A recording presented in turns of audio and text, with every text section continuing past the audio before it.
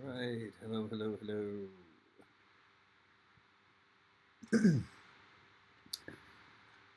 Greetings. Welcome to Saber Academy Online. Our Saturday class back online for Lightsaber and all of that kind of thing. So, welcome to all of those who are tuning in. I will keep.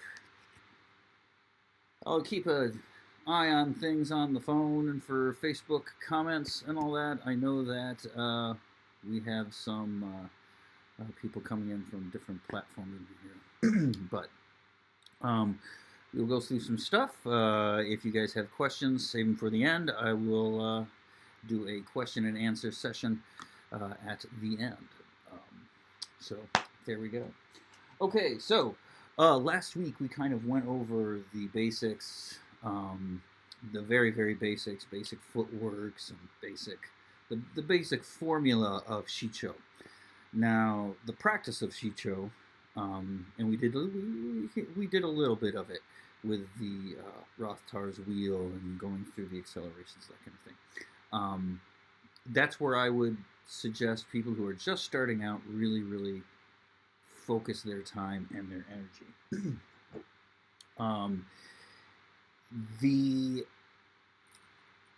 What we'll do today, because as you progress through this stuff, you add sophistication to it. But we'll kind of go through some of the basic stuff that will transfer here to the next one. But I wanted to kind of address a little bit of one-handed technique here before moving on. Anyway, so this will still be beginner stuff, so don't worry about that, even though we're going into Form 2 and all that kind of thing. If you're following our system and you want to become members of us and follow the system that way, there is a progression with our achievement system, but we won't even get into that right now. We're just going into what is getting people started out there. So we'll start there. Now, I've got some backgrounds going. I know that. If they get too distracting or they're a little too hard, I'll turn them off and do that. We'll see how it goes here, but I've got two cameras here, so we should be all set. Okay, so. All right. So I am using my Darth Alice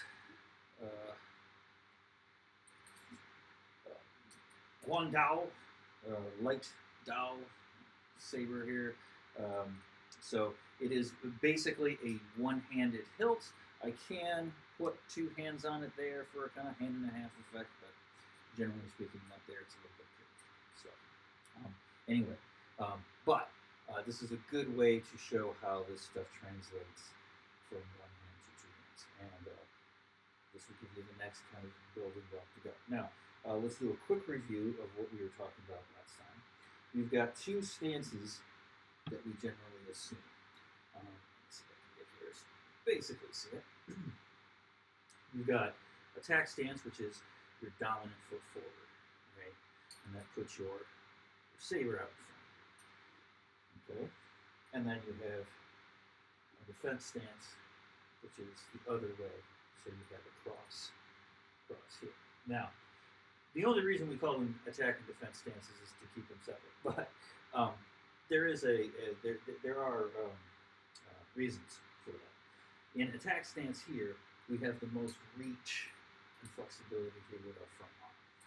Right? So all of that can get very, very good that way. So let me put on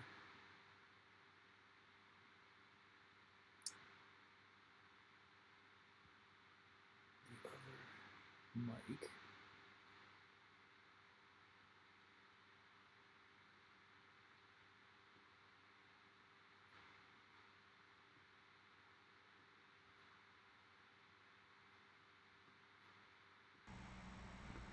Okay.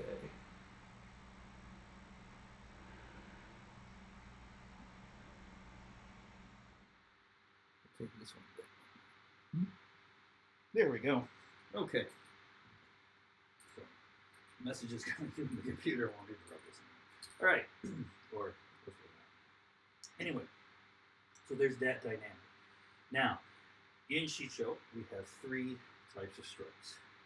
Right? We have Sai, which is our full commitment strike. And that's really what our strikes are talking about. Commitment. How much are you following through?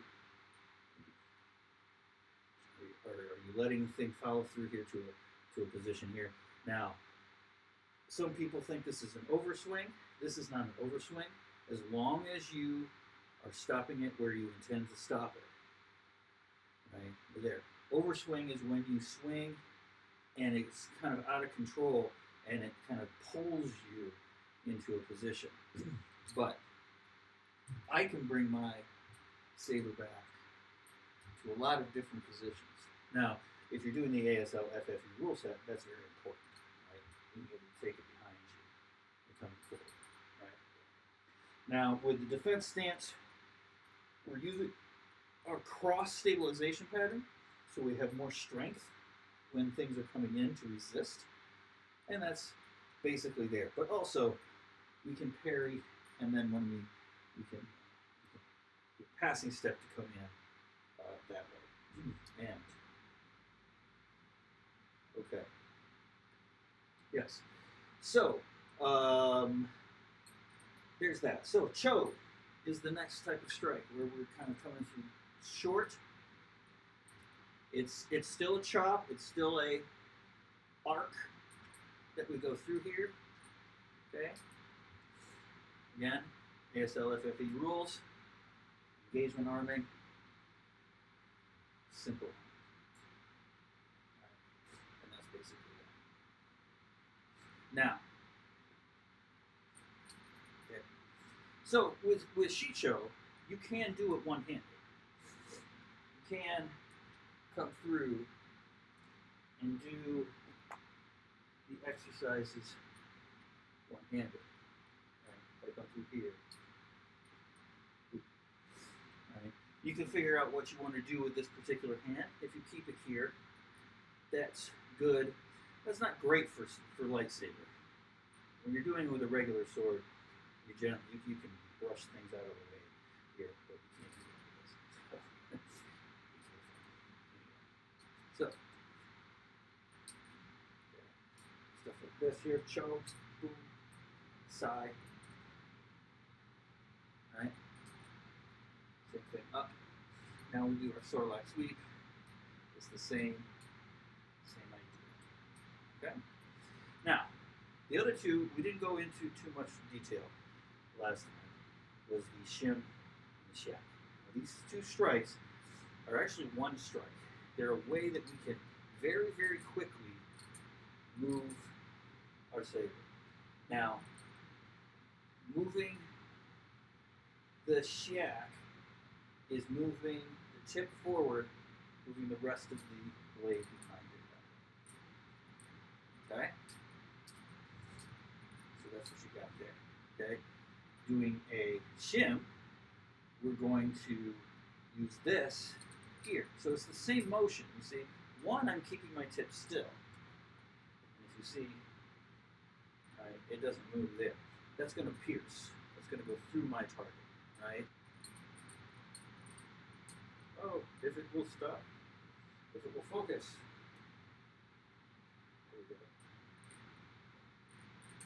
go. See? Ah! Come on.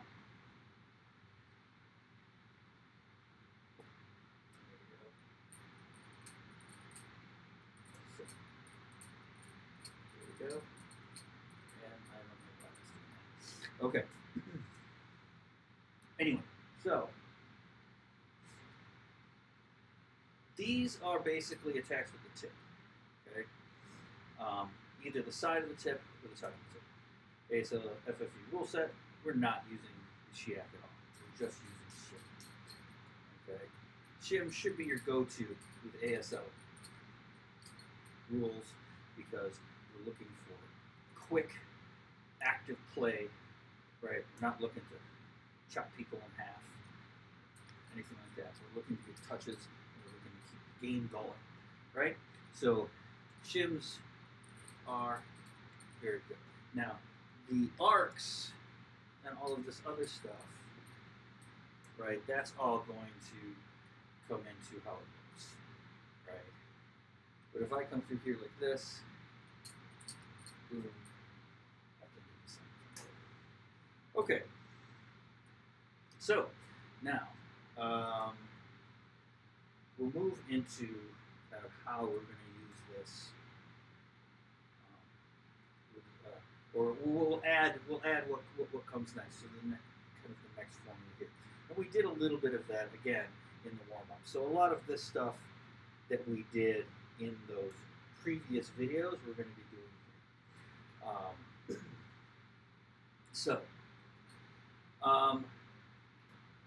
One thing I should mention here before we begin is shoulder. Getting your shoulder strong and flexible and everything like that is going to be very, very important for any type of weapon work. The way our shoulder works is it's not really much of not a very substantial joint, so we're going to have to do stuff, and I'll do a fitness thing specifically about shoulders, hips, all of that kind of stuff specifically for this thing. But for what we can do now, and today is going to be very sword arm intensive, right? We're going to be using one hand and all of that. Is as you're sitting there, you can squeeze your saber, right? Now, I don't mean you get a death grip on it, right? But when you squeeze it, notice that your shoulder and your rotator cuff will tend to contract, right? And that's actually how the system works. When I grip something and I start to grip it hard, my rotator cuff is activated because basically what that means to my body is I'm about to incur some sort of weight, some sort of resistance in this arm, right? And if I do not want my shoulder to pop out of joint, then I must keep it in there. And that's what your rotator cuff does. It actually stabilizes your shoulder. It doesn't rotate it, right? Your rotator cuff basically keeps it stable through the angles of rotation, and that's what it's for. If you have a hard time with your shoulders and all of that, I recommend push-ups are probably the best all-around exercise for core, shoulders, hips, all of that kind of thing. And I mean, unless you have a medical condition, if you've got to do an accident or something like that, make sure that you're under the care of a professional. I'm not a doctor. I was a trainer. I still keep up on my studies and all of that kind of stuff. But again, not a clinician. I'm just a teacher. So things to hit each other with. Anywho's, okay. Let's see how we're doing over here.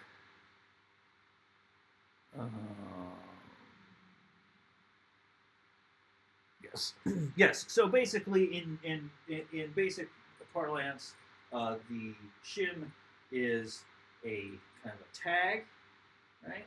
Hit, and the shack is a thrust, stab. In the interesting thing is that in Chinese, it does have an analogous term, zi, which can mean to sting or something like that. But then you have dian, which is to dot, which is that kind of thing. And then you have basic thrusts, that kind of thing. Anyway, I digress. Okay, so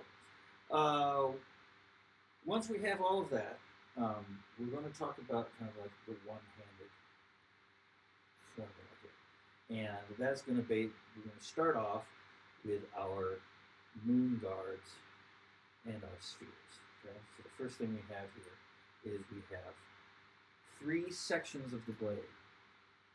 Well, actually, 2 sections of the blade, which create 3 points of rotation. Here's the tip, right here. So moving up at the tip is the chromosphere. Okay, so this, or not the chromosphere. Well, I don't want to get tagged for this here, but it's the sun, the corona. Okay, so the sun has the outer edge is the corona, right? The outer edge. The chromosphere is the middle, which separates the 2 sections of the blade. Chromosphere is the hand, where everything originates. Okay, the 2 sections of the blade we will generally call the quick and the strong. Okay? We try to receive blows to the strong. We try to emit force to the quick. Generally speaking, there are exceptions, but generally speaking, that's how we do it. Okay, when you rotate on these different things, you're going to get different actions out of the blade. Okay. Each one is going to be better for one thing or the other. It's going to have its drawbacks and its weaknesses, its strengths, and its utilities. Anywho, so let's start with the corona. Up at the top. Now, we tend to strike with the corona, right? But when we move from the corona like this gets us parries, okay? So we talked about shifting parries before, and that's just going back and forth. Now we're going to keep that tip steady, move it over to the side. Okay? This is not necessarily good for everything, right?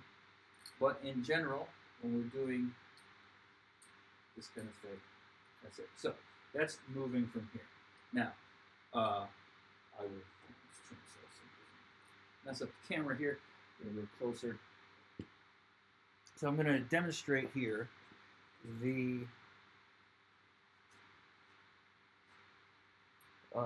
basic positions here. Okay, so this we have is called half moon. This is in between, right here. When we have it here like this, we call this full moon. All right? And when we have it like this, come on, there we go, we call this new moon. Okay?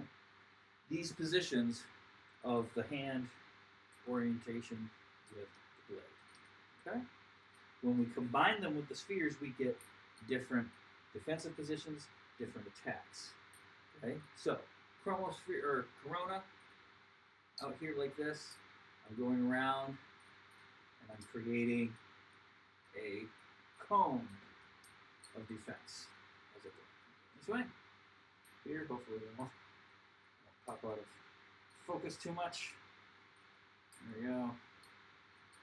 Okay. So notice there might be a little bit of drift here with the tip. Right? But not too much, and we want to get this kind of thing going. Okay, now let's move to the opposite down here at the photosphere.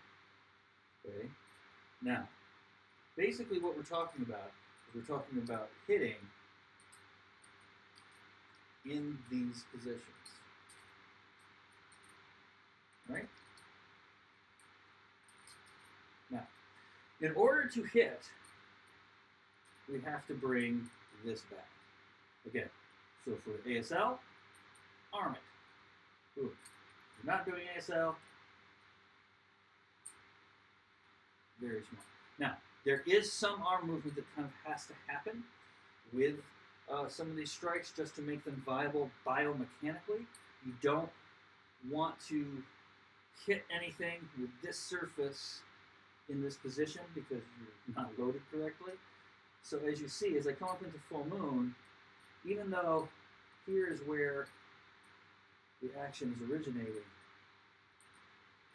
same thing here, my hands will rise a little bit. Okay? That's just the nature of it. Okay? Now, also, you can bring it back and then bring it forward like that. Okay? This is going to start 1, 2, 3. See? Boom, boom, boom, boom. Right? Practice going from each of those. That's the striking part of it. Okay? So you see, you got this. You combine both of those things, you can get very high percentage techniques. Right? Boom, boom. Okay? Etc. Okay. So there you go. You've got those things. Now, last one. Chromosphere, right here in the middle. I've got a blade, which I can demonstrate here a little bit of. So it's off. Okay. So, chromosphere is basically like the rubber pencil. Right? We're going to rotate it in a position on the blade, like this. Okay? Now we can do these parries where if I stay in half moon and then just rearrange the orientation. We have, even though we've got full moon, half moon, and new moon, we actually have the whole phases when we get into Gem Sub. Okay, so this is just the beginning. We then put all of the different phases in there, and that's going to make a lot of this stuff make a lot more sense. What we would call line reading and stuff like that. Okay, so anyway, that's what this is for. You see? I move around. I can either manipulate or I can go around somebody's blade that way. Okay, so that's kind of the purpose of that thing. Now you can attack, you can defend, all of that there. Again, attack and defense is mainly a matter of intent, not necessarily a matter of biomechanics. So we have that. Okay, what do we got for time here? Okay, good. Doing pretty good. All right, let's do. So we've got these basic components, right? Now, footwork-wise, we also have our footwork that we did last time, which is cut slides. Okay, 3-phase steps. There. We've established our line, okay, in our stance. We do not want to be too wide because then we have lateral movement that we're not really intending to have. We want to be in line, but we do not want to be crossed. Okay, we want to be here. Nice and covered. No wider than hip width apart. Okay? Okay, so your heels should be no wider than your hips. Okay? As soon as I start going here, notice I start to move. You see a little tower behind me, I reveal here. But if I'm here and I go back and forth, I don't do it. Okay? Alright. So we've established the line. We've established how we're going to step. As we step, we always step onto the line and then we step off of it. But now we're going to start kind of playing with it here a little bit. Most of this is going to take place in attack stance, so put your front foot forward. Let me see if we can't get a good footwork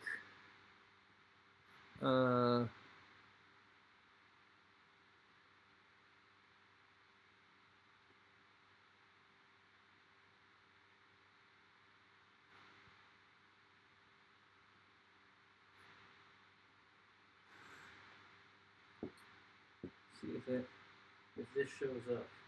They have black boots on, unfortunately. So, whatever. Okay, so anyway, most of it's going to be in this stance right here.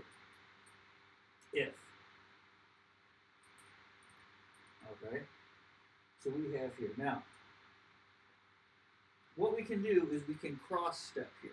this is, let me orient myself here best to the camera. There you go. I'm going to step, I can step behind, and then I step there.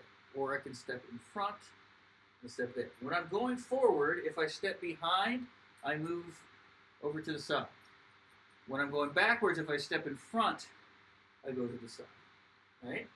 If I'm facing forwards, and I step in front, I move straight. Vice versa, if I move backwards. Okay? So, there, there. Okay? Now, buck slides you can put in anywhere. If I go here, one, boom, boom, boom.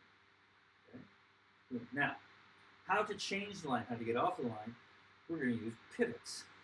Okay? And pivots, I'm probably going to mess up this floor here, is I'm basically going to take one or one of the other feet and use that as a pivot point, right?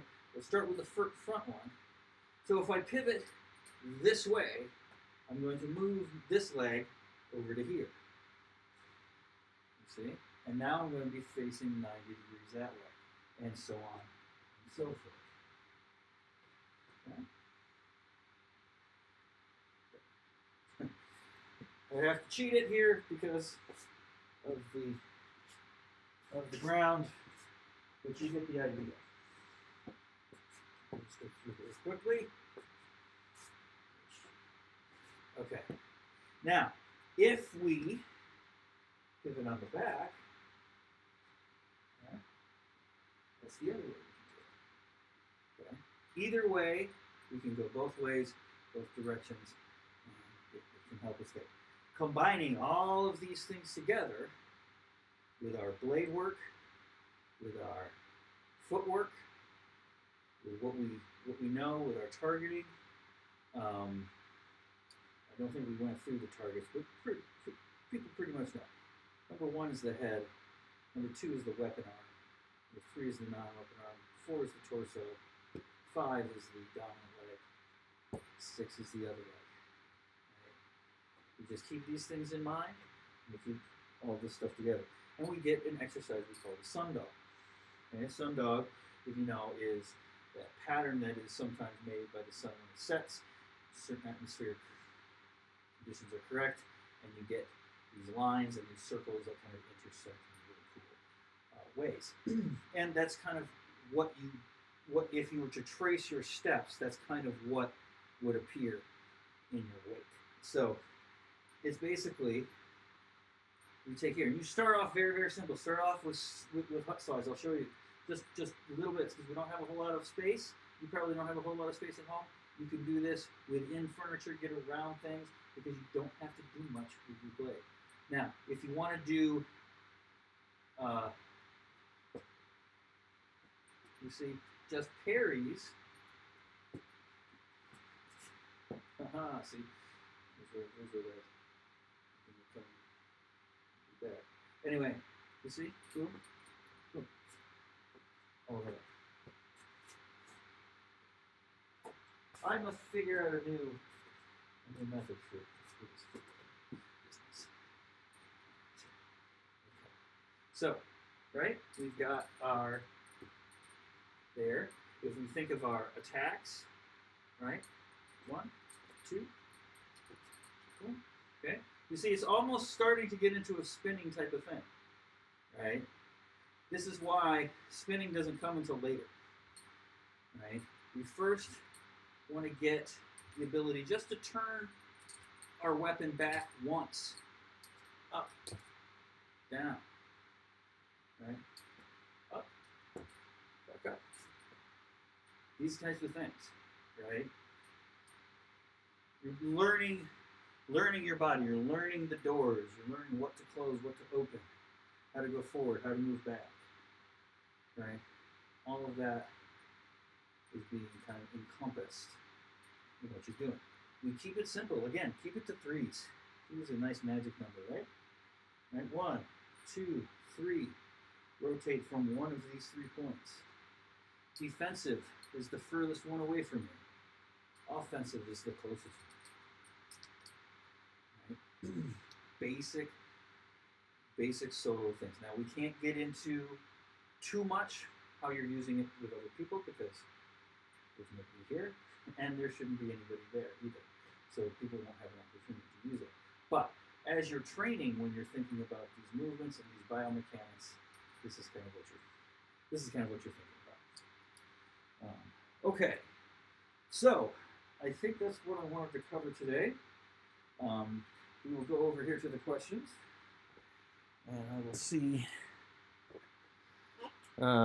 what we have, if anything, and we can put a neat little background on just to keep us sane. Okay, let me go back here. Oh, we got some people. Okay.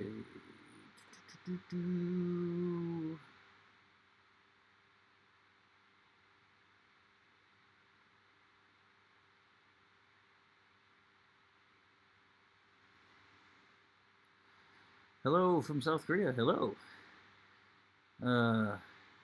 Pardon me while I... Yes, okay, so block kicks. We've got something about block kicks. Yes, Yak is a thrust. Shim isn't.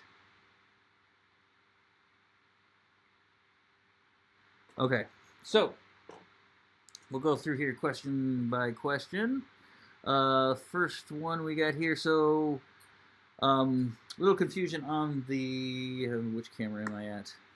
I'm at this one. Shaq and Shim. It's a little confusing, but just think about either attacking with the very, with the front of the tip or the side. So Shim is attacking like this, right? And Shaq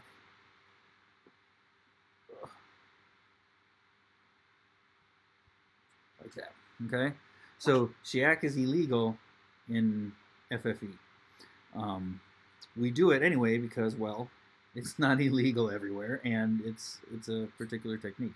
Also, there are defensive uses for a thrust, especially if you're in opposition to somebody. So we'll get into that next time with a little bit of Form 3 Soresu. Okay. Okay, so Anthony Anarchy Guy. What about block kicks? So I assume you are meaning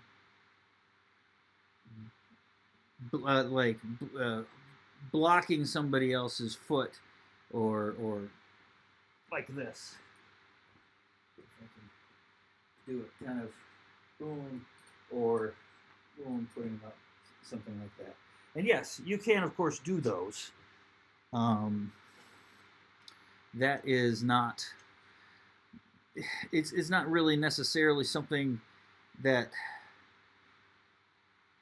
needs to be taught too much, because it really doesn't come up all that often, and it's pretty intuitive, especially if you're just pushing somebody away and you're in a bind. But that's really where it comes into play. It comes into play in the bind. I would not recommend kicking if you do not have the other person's weapon under control. That would be, in my estimation, suicide. It's very, very, very bad to hold out a limb that you cannot actually cover all the way, because your leg is going to be further out than what you can safely cover. So, yeah. So unless you're in a bind, unless you're in close quarters, I wouldn't worry about kicking. Especially at the beginning, if you're just starting out, it's just another set of variables that you have to kind of keep in your mind. It's better to keep everything very, very, very simple. Starting with the Shicho stuff, all this stuff. This is starting to get into more, intricacies of dealing with the variations that come up. But still very, very simple. So just kind of follow that along. Okay, let's see what we got here. You can pivot from the front and the back foot. I thought it was just the lead foot. Nope, you can pivot from both feet. It depends on what you want to do. Just remember,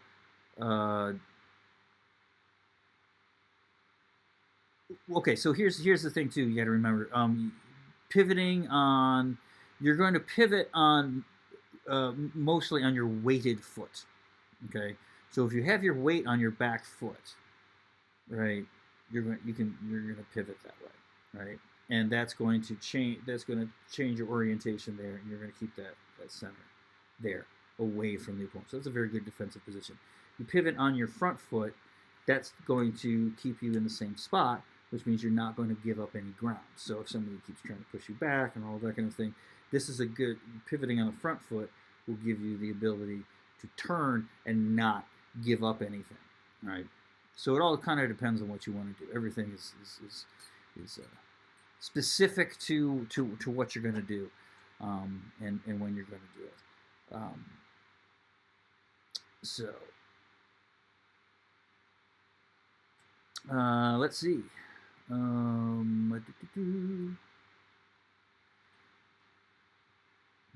Derek, hello.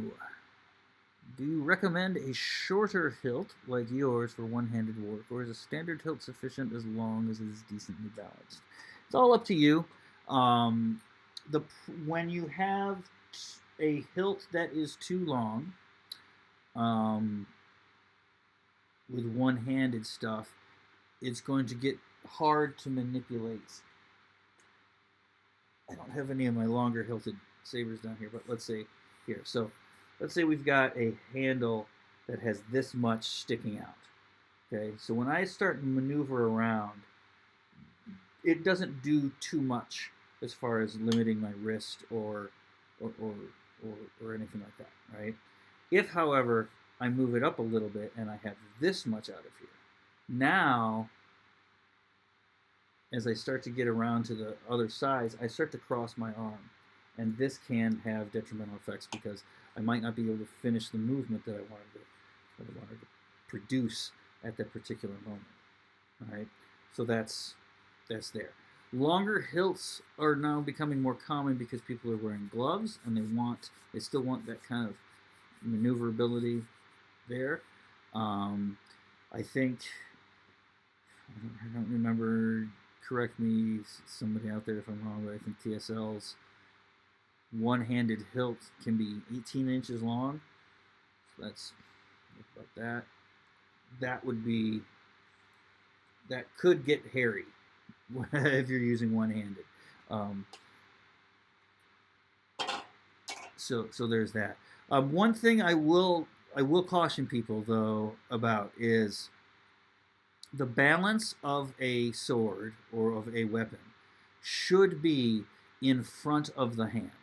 It should not be at the hand, right? It should definitely not be behind the hand, right? And you can have it pretty close, but as long as it's in front. If you don't have it in front, what's going to start to happen is you're going to have to start using your wrist to power a lot of things because there's not going to be a lot of mechanical advantage happening in the actual weapon. When I'm going here like this, if I'm going here like this, right, this weight right here is helping me kind of pull that down, right? Boom. Okay. If it's right there, then I have to rotate it myself, right? Because it's not going to fall, right? If it falls, then I can use that momentum. That's going to become very, very important when we start to manipulate these things all the way around. And really, when you start doing a lot of the Form 2 work with our stuff, you definitely do want a balance point here. Let's see, I've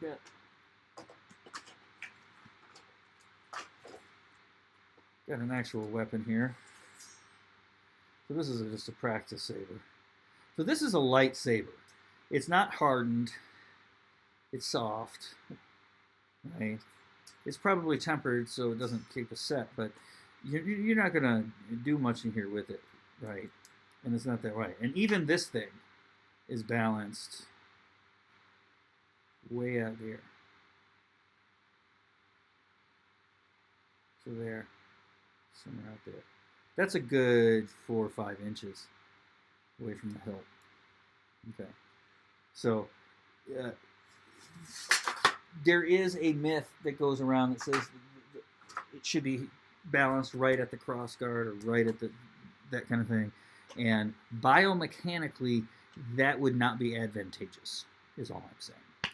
So well balanced is one thing, and that's the thing. You can get a well balanced hilt, or you can balance it yourself, because you can alter these things a whole lot of times. Okay, so let's see.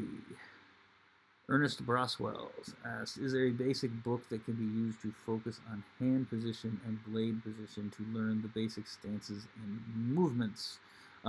We don't have a book out as of yet. We are working on something, but we do have certain things available on our Facebook page. If you look into the photos, there's we have a lot of the formula out there with diagrams and all that kind of thing. Okay, good. Okay, so we have Xander says that is correct for the TSL hilts. Very good. Okay.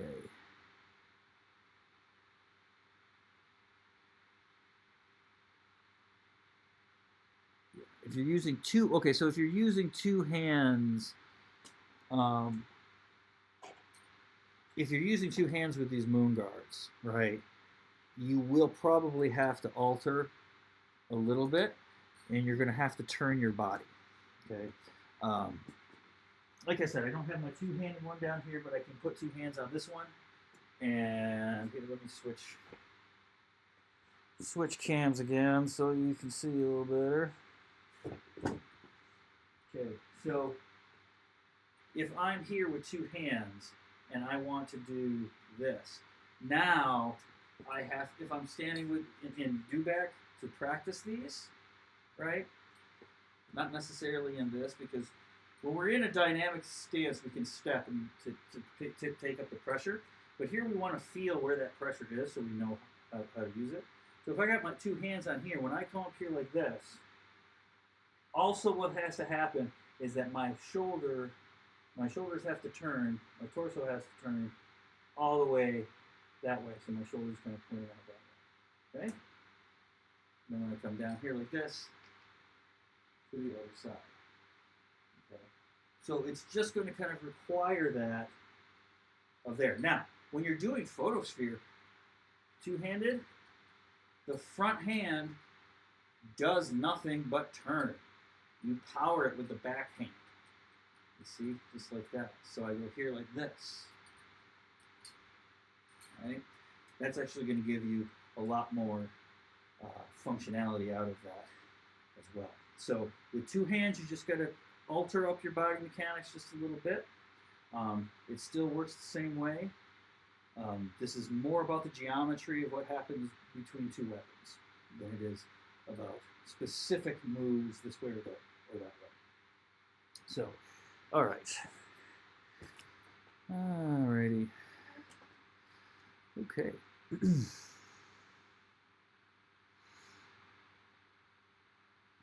See, in TSL, you can hold the pommel at the very end, one-handed to extend your reach.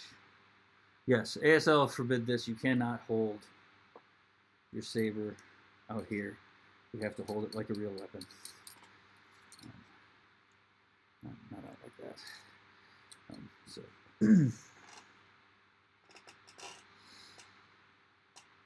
Okay.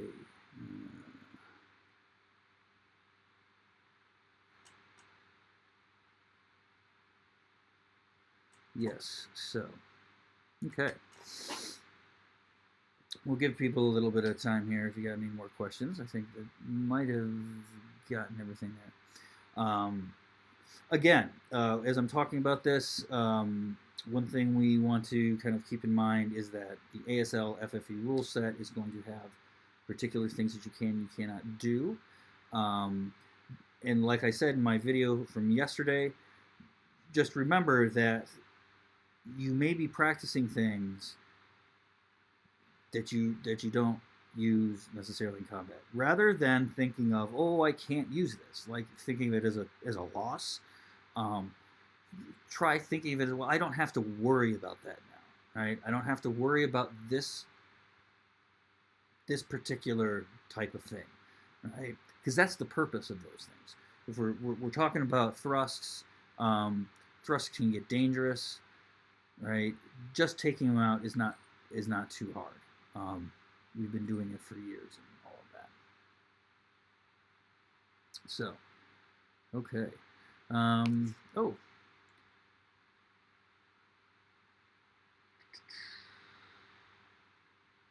Oh, yes. Okay, so I've got a Facebook comment here from Marie Strang. Are you pivoting on the heel or the toe? Okay, so that's a good question. Generally speaking, when you pivot on the front foot, you're going to pivot on the ball of the foot, generally speaking. I can't make any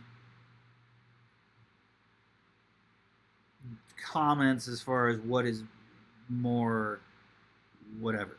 What I can do, however, is tell you that there's just, again, it's just a different dynamic, right? And you're going to see one is going to be more common than another. If you pivot on the ball of the foot, you will change the position of your leg, okay? So you're basically, since your leg, this is good because see, my arm is my leg, this is my heel. If I pivot here, you see how my arm moves, okay? Whereas if I pivot here, it does not. I mean, it just rotates. Okay, sorry, it doesn't look like that. I'll turn off this image and, well, maybe it'll work. Just turn it down here so you can see. Oh.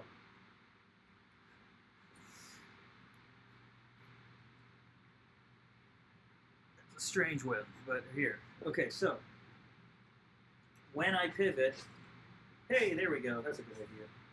Let's get rid of it. Okay. So when I pivot on the ball of the foot like this, you see, my leg changes positions. So I can change my whole orientation on there. Right? Now when I do it on the heel, this doesn't change position as much. So if I do the heel, I just kind of rotate. Okay? If I go back and I pivot on the heel here, you see? So it all is going to depend on what you're going to do. Right? I could go both there. And all of that. So it all, again, everything in this activity is predicated upon specific scenarios and specific things. You're not going to do everything at all times. And I think that's something that people forget a lot of times. Okay.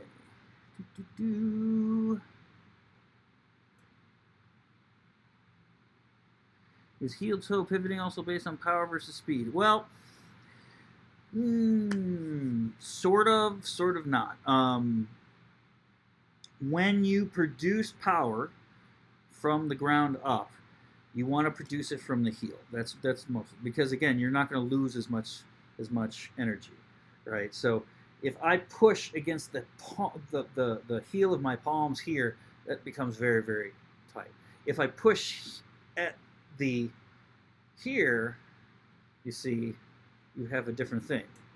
If you're talking about the ground, toe here, you're losing energy here, right? You're gaining some elasticity here in that thing. So this gives you kind of like a bouncy kind of power or whatever. That's why you use it for running, okay? It just kind of bounces up and down here like that. When you're on the heel, you've got your leg directly behind where that force is going to go. So there's no loss in energy. You just go straight up through there. I've mentioned this before, but if you powerlifting and Olympic weightlifting shoes, for like deadlifts and cleans and jerks and all kind of thing, they have wooden soles because they don't want to have any loss of energy from any type of squish or malleation to the sole of the foot. So they want all of that energy going through their body and up into the weight. The same thing happens here. In this thing, especially with one-handed stuff, full body power is not that great a concern when you're talking about weapons. The weapons are there to kind of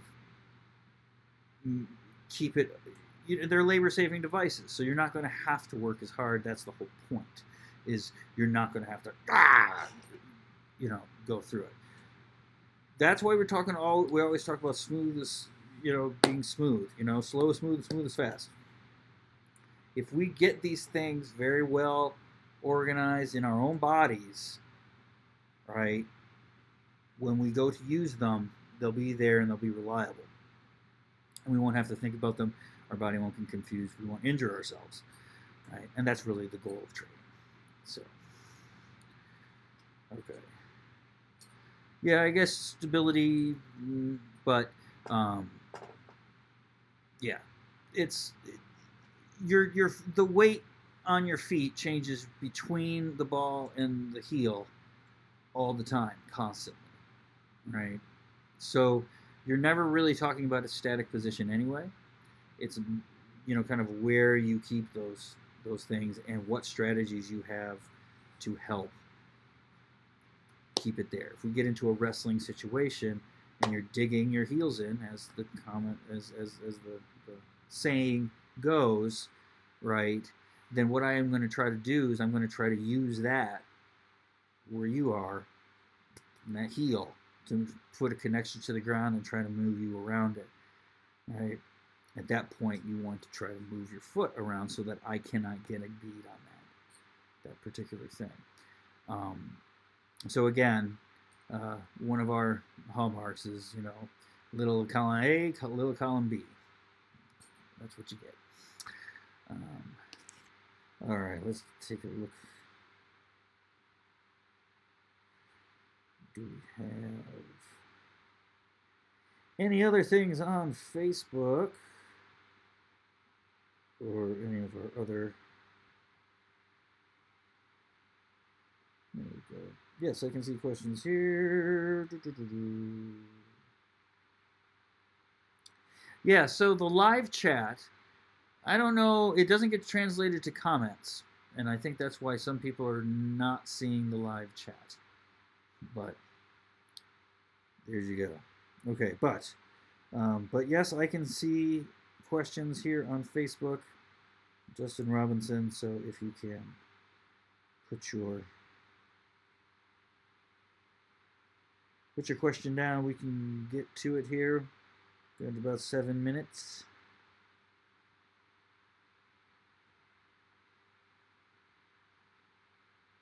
We shall see.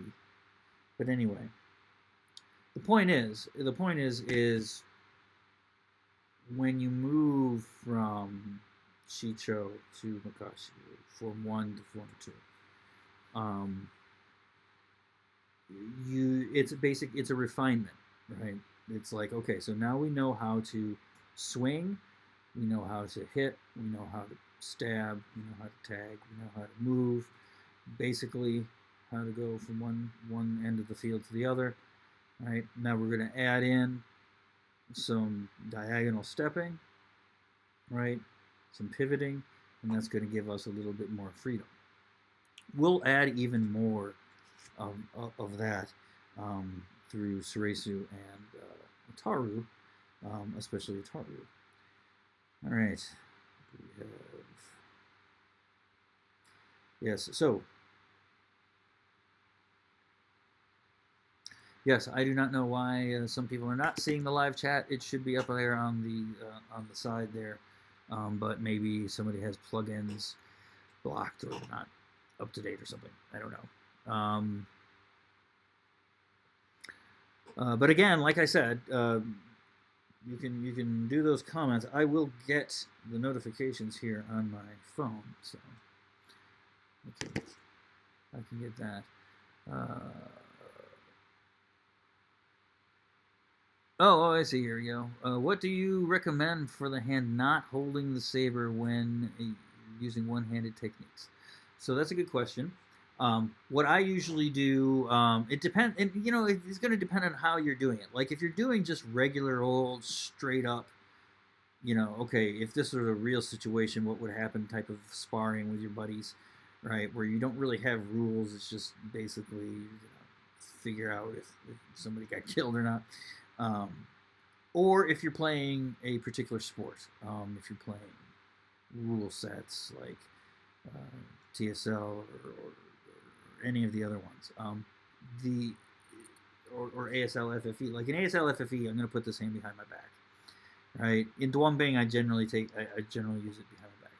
The reason is because I'm not allowed to use it to do anything to the opponent, and to have it here, where I would keep it out here most of the time, even with like a real sword or whatever. If it kind of goes out here, and this is just now another target, so I just kind of put it behind my back. When you're practicing, it's often good to, and this is what we do in Chinese sword plays. We touch the wrist and point to it with the sword hand, right? So that we have both arms moving. We never, or we try to avoid the dead arm stance, right? Where people like that, and this arm is just hanging there, right? Keeping it here, keeping it active, putting it behind, right? If it's hanging here, now this is another thing that people don't keep in mind. You're probably going to get more fatigue even though you're keeping it here.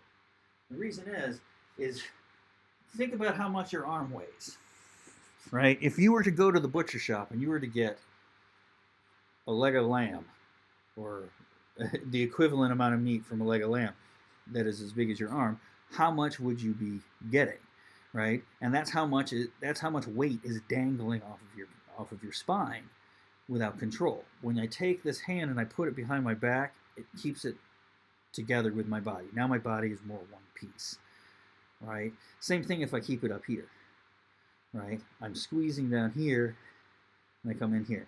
It's just like getting into any type of fighting stance, right? Okay, when I'm here like that. The difference is I'm going to have this out further, right? And I'm going to be ready to do something here. But if I can't use this hand for anything, it's going back here.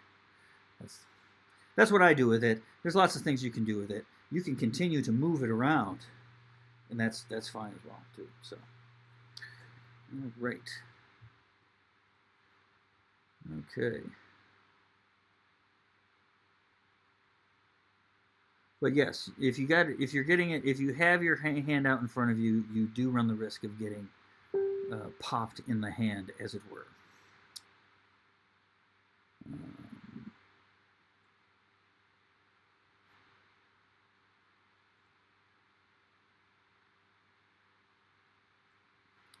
Is there a happy medium? Justin Robinson asked, is there a happy medium for hilt length for single or two-handed technique?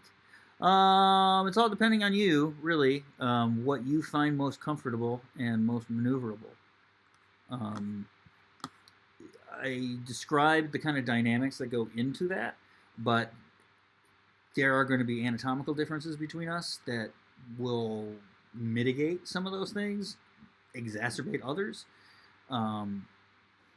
So it really depends on what you experiment with a hilt length. My other saber that I use a lot is not too much longer than this, maybe about an inch or two longer than that, and I can get a very good, comfortable two-handed hilt on that, and I can also let go and use one-handed. That's really what I like doing with the lightsabers, is to use them both one-handed and two-handed. I don't like committing to one hand or two hands throughout the whole thing. We've done some experiments where I've forced myself to stay two-handed, and that's fun. And actually, it did bring some stuff to light. But I generally like to switch because that's the advantage that you get with this particular weapon. You can use it as a rapier in one moment and as a longsword in another. So I like that. All right.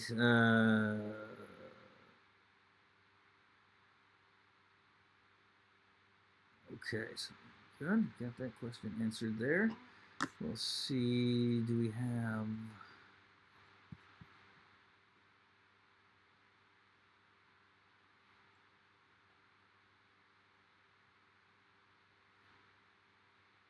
Okay.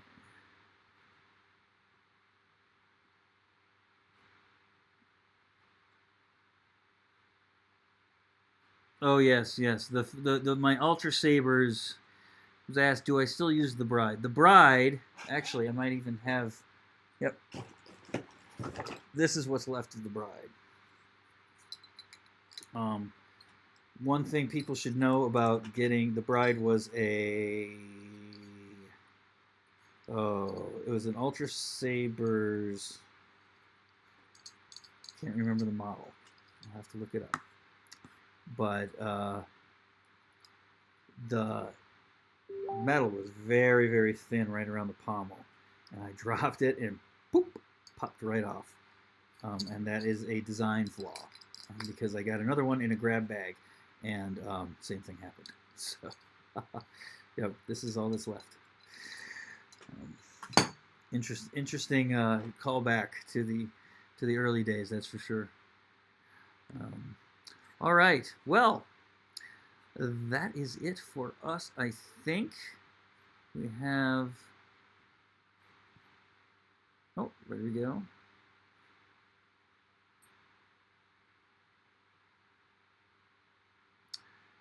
Why do you wield the blade behind your back when doing a downward strike?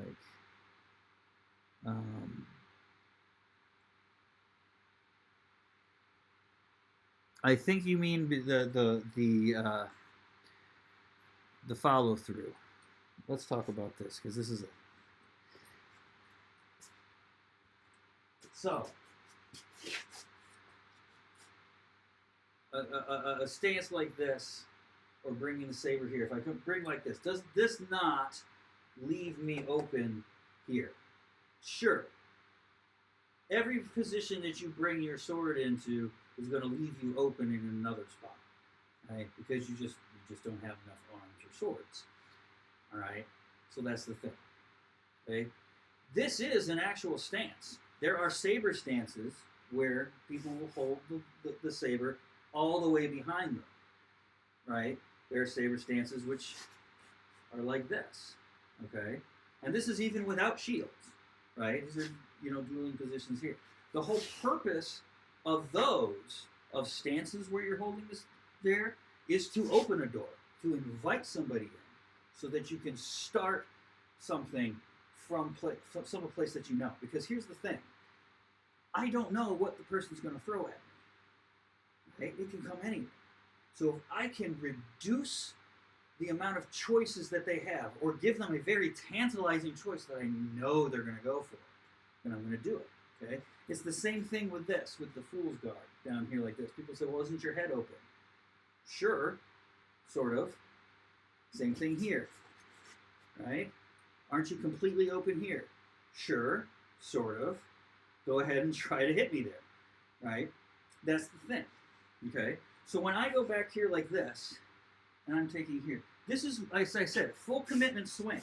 I am not holding anything back here, right? Why do I come back here like this? Well, that's because I want full commitment through there. I want it to go through the target at the greatest speed and greatest force possible, right? This is going to be really good for cutting, right?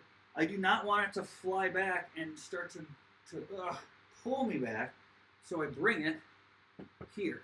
That stops it, right? From here, I'm still viable. Even if my blade is behind me like this, I'm not defenseless, right? It's very quick, okay? Plus, I can use my footwork to distance, right? I'll be using my eyes to see what they're going to do, Are they going to fall for my gambit, or are they going to do something else? Right? Even if they go through there and we just do a race, it is perfectly fast enough to come up from a rear position to a front position like that. Right? When you get open in these positions is when you do not realize where you are open. Right? If I'm here, I have a very good idea of where you can attack and where you cannot attack, or where at least you'll feel safe attacking. Right? So I can start to organize my particular responses. Right? Plus, you're not going to necessarily stay in any one position for very long. Right?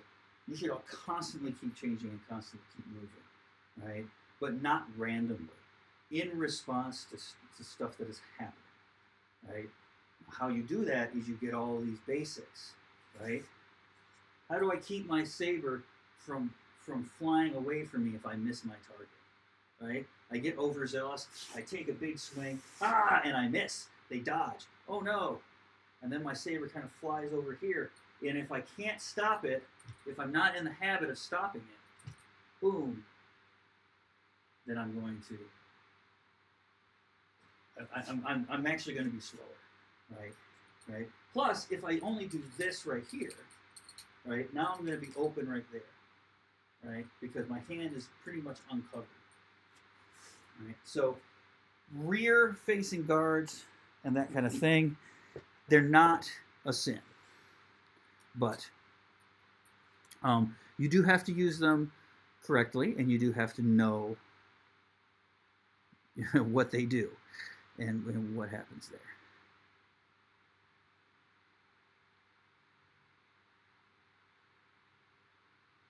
Okay.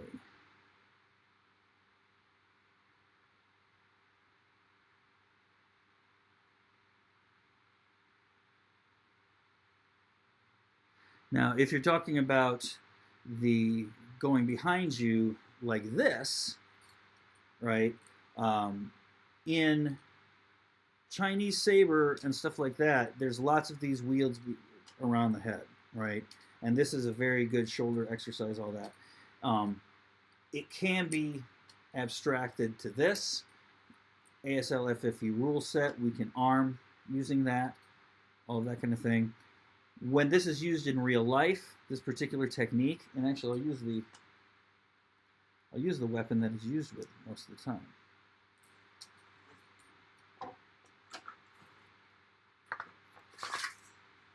So with the dao, we have a single edge, single cutting edge like this, right? And we're getting here like this. Now traditionally in the military, these were held or used with shields, right? So there's a lot of stuff that kind of comes around like this that you wouldn't be necessarily open because you've got a shield there. But even if you are, when you're using this here like this, you're using this hand to help cover your six, as it were. These techniques happen a lot very close range. When I bring my saber up here like this in a parry, sometimes the quickest ways to get around to the other side is to go behind instead of in front, right? Sometimes I can't go in front because the other person we're locked in here like this, so I'm going to come through here like that. That's where the origin of those techniques came from this particular weapon here, right? I'm getting through there, right? Wielding it against the body so that you don't have to take large swings back. Okay. 99th Jedi Warrior.